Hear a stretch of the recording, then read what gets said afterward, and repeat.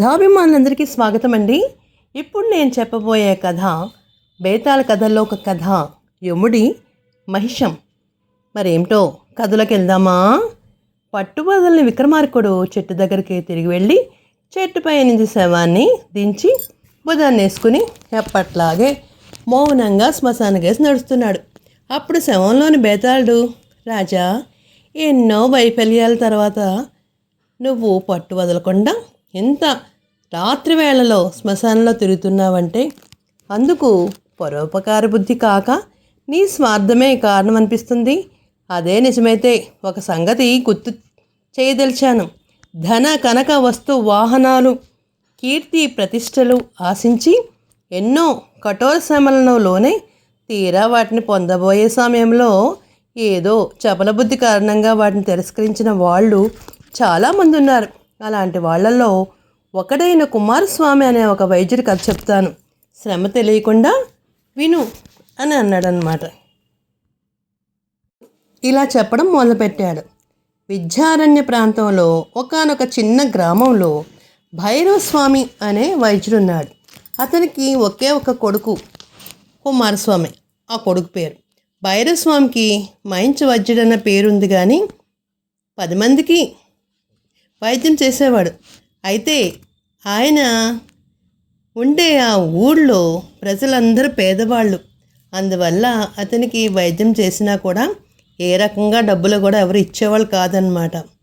అతను ఇప్పట్లోనైతే బ్రహ్మాండంగా డాక్టర్లు బోల్డ్ డబ్బు సంపాదించేస్తున్నారు, పెద్ద పెద్ద బిల్డింగ్లు కట్టేస్తున్నారు. కానీ అప్పట్లో కాబట్టి పేదవాళ్ళ దగ్గర ఏమీ చేసుకోకుండా, ₹1 డబ్బులు తీసుకోకుండా వైద్యం చేశాడు పాపం. అతనికి ఇంక ఏముంది, ఏమీ లేదు, ఏమీ మిగలలేదు. వైద్య వృత్తిలో ఇప్పుడు ఉంటేనా కోట్లు సంపాదించేస్తున్నారు జనాలందరూ కూడా.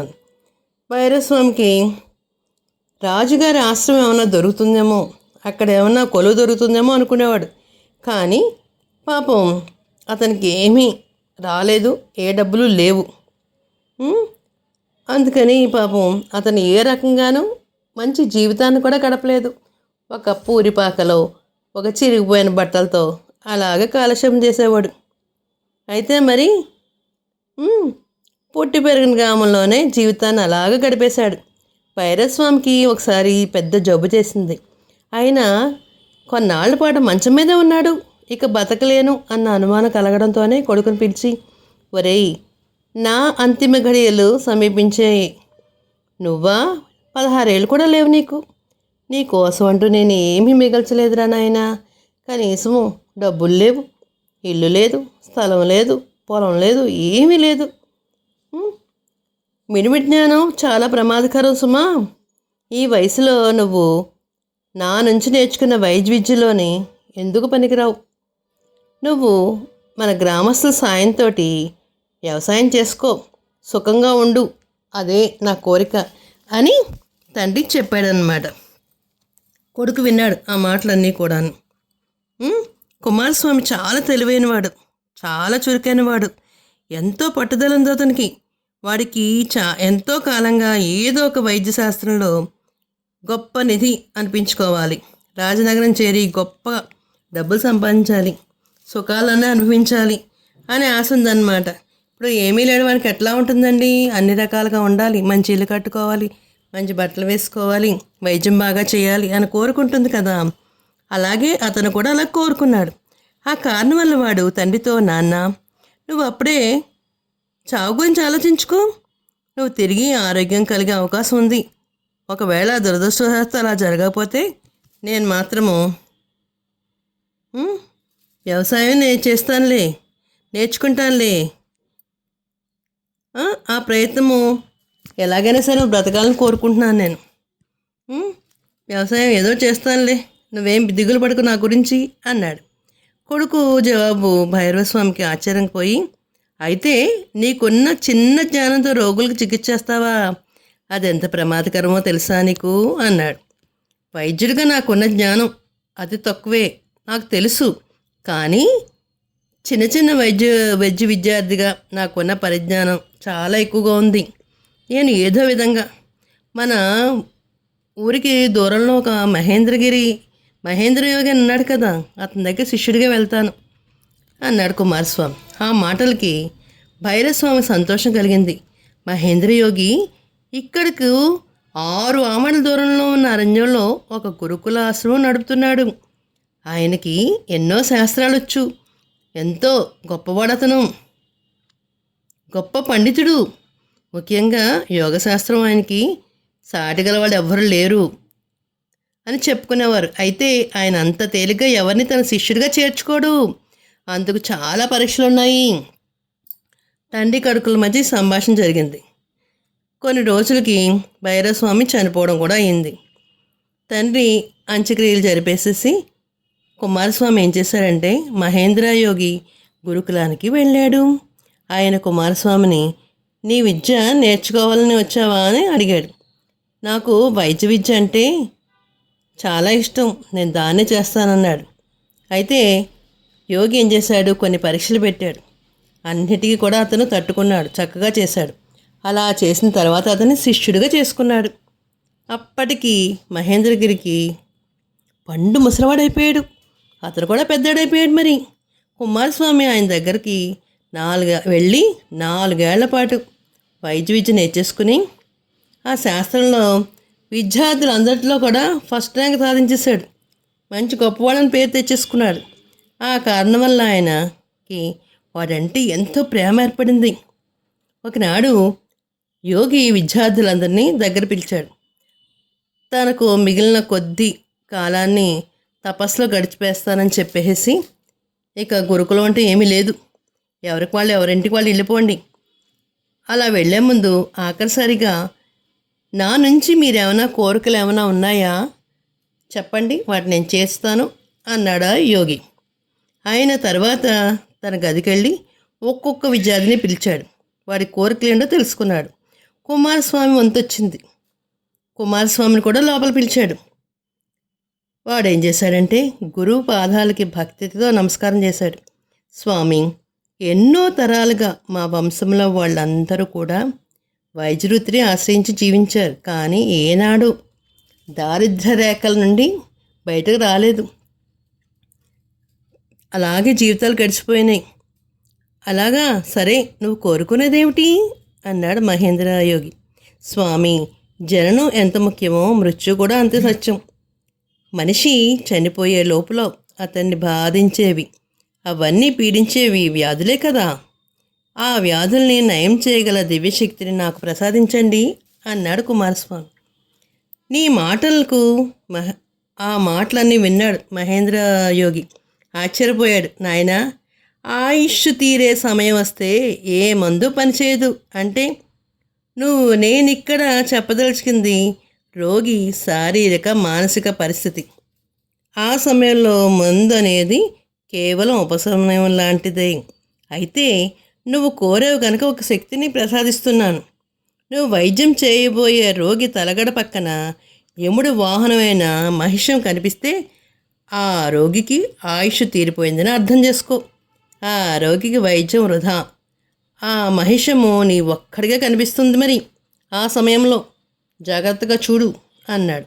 కుమారస్వామి గురువిచ్చిన వరానికి చాలా సంతోషపడ్డాడు.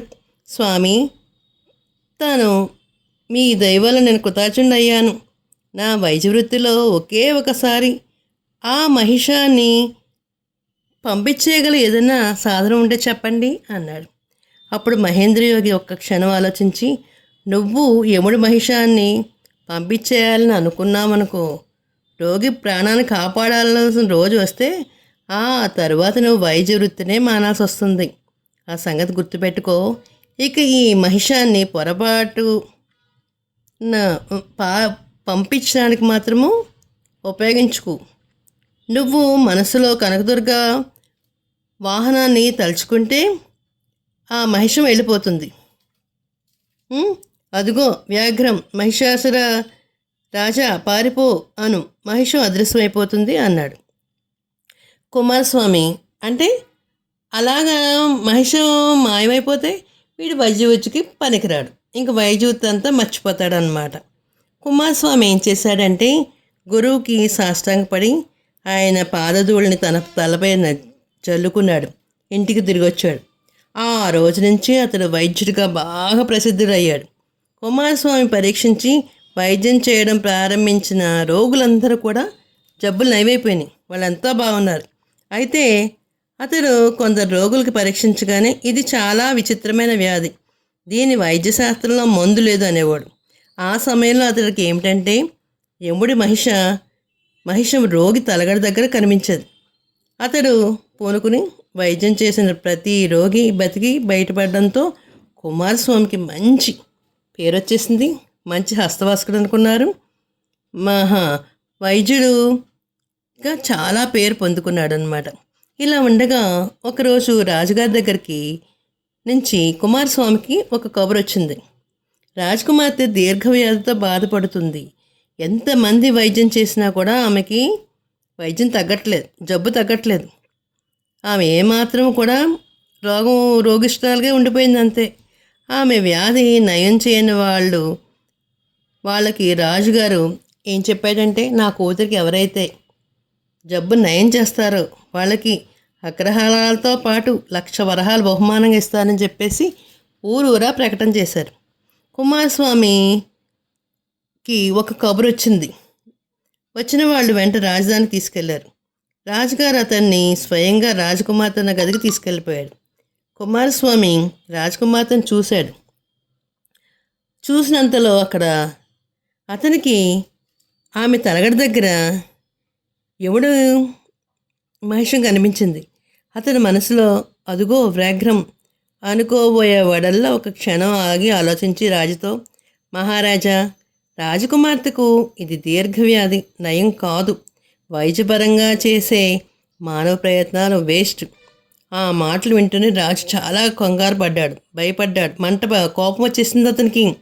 నీ హస్తవాసి ఏదో మంచిదని విన్నాను, అందుకే నువ్వు వైద్యం చేసిన ప్రతి రోగి వ్యాధి నుంచి కోలుకున్నాడని అందరూ చెప్తుంటే నీకు కబురు పంపాను. నువ్వు వెంటనే వైద్యం ప్రారంభించకపోతే నేను రాజ్యం నుంచి బహిష్కరించేస్తాను అన్నాడు. అందు కుమారస్వామి ఎంతో వినయంగా, ఇంకా మీ ఇష్టం అండి మహారాజా, నేను మాత్రం రాజకుమార్తెకు వైద్యం చెయ్యను అని చెప్పేశాడు. రాజుకి కోపం వచ్చేసింది. పట్టరాని కోపంతో ఏం చేశాడంటే బొట్టలను పిలిపించి కుమారస్వామి రాజు సరిహద్దులో కూడా ఉండడానికి వీలు లేదని చెప్పేసి ఆ ఊరి నుంచి బయటికి గెంటేశాడు. తిరిగి అతను ఎన్నడైన రాజులో కనిపిస్తే మాత్రం కారాగారంలో పడేయని చెప్పేసి ఆజ్ఞాపించేశాడు. ఆ తర్వాత బేతాళుడు కథ చెప్పి, రాజా, కుమారస్వామి ప్రవర్తన గురించి నీ అభిప్రాయం ఏమిటి? అతడు వైద్య వృత్తిలో బాగా డబ్బు సంపాదించి సుఖభోగాలను అనుభవించాల్సి అనుకున్నాడు కదా. రాజకుమార్తెకి వ్యాధి కారణంగా అతడికి అలాంటి అవకాశం వచ్చింది. ఆమె తల దగ్గర యముడు మహిషం కనపడంగానే అతడు కనకదుర్గ వాహనమైన వ్యాఘ్రం పేరు చెప్పి దాన్ని తోలితే సరిపోయేది కదా. ఇలా అతడు చేయకపోవడానికి కారణమేమిటి? అతడు సఫల బుద్ధే కదా. ఈ సందేహానికి సమాధానం తెలిసి కూడా చెప్పకపోయావో నీ తల ముక్కలవుతుంది అన్నాడు.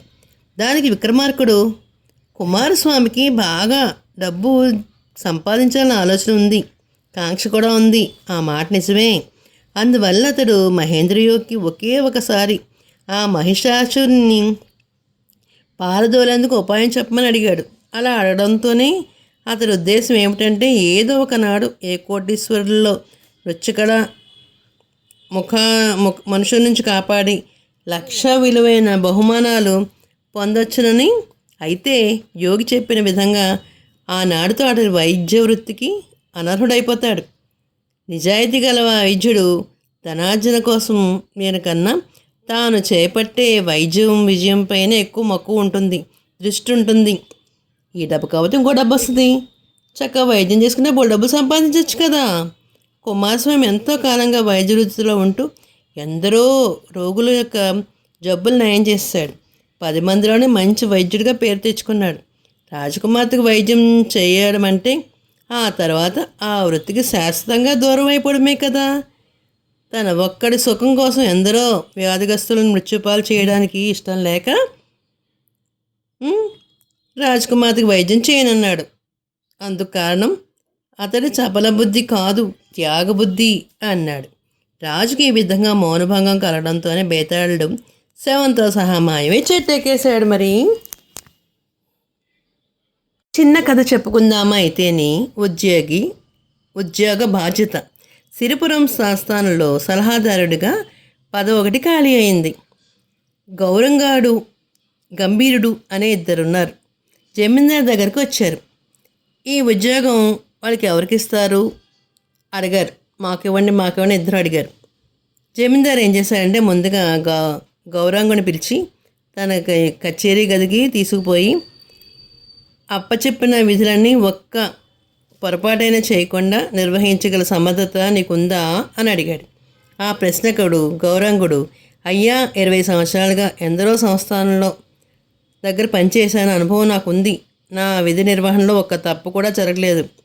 నన్ను మెచ్చుకుంటూ వాళ్ళందరూ కూడా ఇచ్చిన పత్రాలు ఇవిగో చూడండి, వాళ్ళందరూ కూడా సంతకం ఇచ్చారు, ఎంతో బాగా ఉద్యోగం చేశాను అక్కడని అని అన్నాడు. అయితే జమీందారు వాటిని పక్కనే ఉన్న దివాన్కి ఇచ్చి గంభీరుని కూడా పిలిచాడు.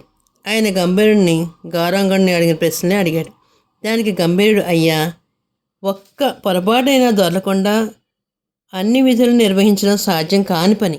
ఎప్పుడో కూడా తప్పు జరుగుతుంది, ఎప్పుడో కూడా శిక్ష అనుభవించవలసి వస్తుంది. అందువల్ల తమకు అలాంటి హాని నేనేమి ఇవ్వలేను. జమీందారు అతన్ని మందలిస్తూ అన్నట్టుగా, అలాంటప్పుడు అటువంటి ఉన్నత పదవి కావాలంటే ఎందుకు వచ్చావు, తప్పు కదా అన్నాడు.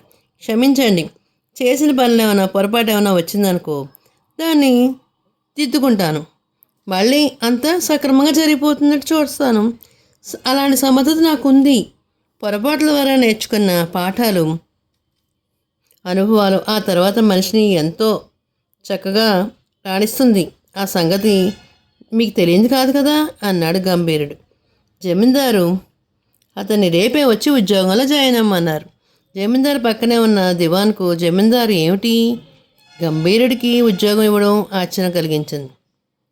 గౌరాంగుడు చాలా మంచివాడు కదా, వాడికి యోగ్యతా పత్రాలు ఇచ్చారు కదా, వాడు కాగితం మీద సంతకం పెట్టించారు కదా, వీడు బాగా పనిచేస్తున్నాడని, మీరు ఎందుకు ఇతనికి ఉద్యోగం ఇచ్చారు అని అడిగితే అతను అప్పుడు అంటున్నాడు, యజమాని ఏమంటున్నాడంటే, అలాంటి వాడిని వదిలి ఏ అర్హత లేని వాడిని తీసుకున్నారంటే అని అడిగాడు దివాన్.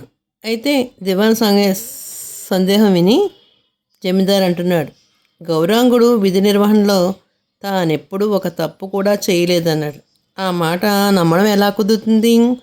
అలాంటి వాడు స్వయంగా ఏ పని ముట్టుకోకుండా సహాయకుల మీద ఆధారపడి వాళ్ళ చేత పనులు చేయించేస్తాడు. ఏమైనా పొరపాటు జరిగినాయి అనుకో వాటిని సరిదిద్దేస్తాడు. ఒక్క పొరపాటు కూడా దగ్గరగా తొలకుండా బాధ్యతగా తన పదవులన్నీ అంతరాయం కలగకుండా నిర్వహించి ఎవరికి ఏది సాధ్యపడ్డో ఏమంటారు అన్నాడు. దివాను జమీందారు చెప్పిన దాంట్లో వాస్తవం ఉంది. అవును, మీరన్నది నిజమే ప్రభు. ఏదైనా బాధ్యతలో నిర్వహించినప్పుడు పొరపాటు జరిగే అవకాశం ఉంటుంది, అది గుర్తించాలి. గంభీరుడు అలాంటి వాడిని కప్పిపుచ్చకుండా సరిదిద్దుకోవడానికి ప్రయోజకత్వం ఉంది అని అతనికి తెలుసు. ఆ కారణం వల్లనే సలహాదారుగా ఉంచడానికి అతడు మంచి అర్హుడని నిర్ణయించానన్నాడు జమీందారు. గంభీరుడు జమీందారు తనకిచ్చిన పదవిలో మంచి పేరు తెచ్చుకొని కొంతకాలం తర్వాత సంస్థానానికి దివాన్గా నియమించబడ్డాడు. చూసారా మరి కథ ఎంత బాగుందో? తెలుగువారి దీపకాంతికి లైక్ చేసి, షేర్ చేసి, సబ్స్క్రైబ్ చేసి, కామెంట్ రూపంలో పెట్టండి మరి.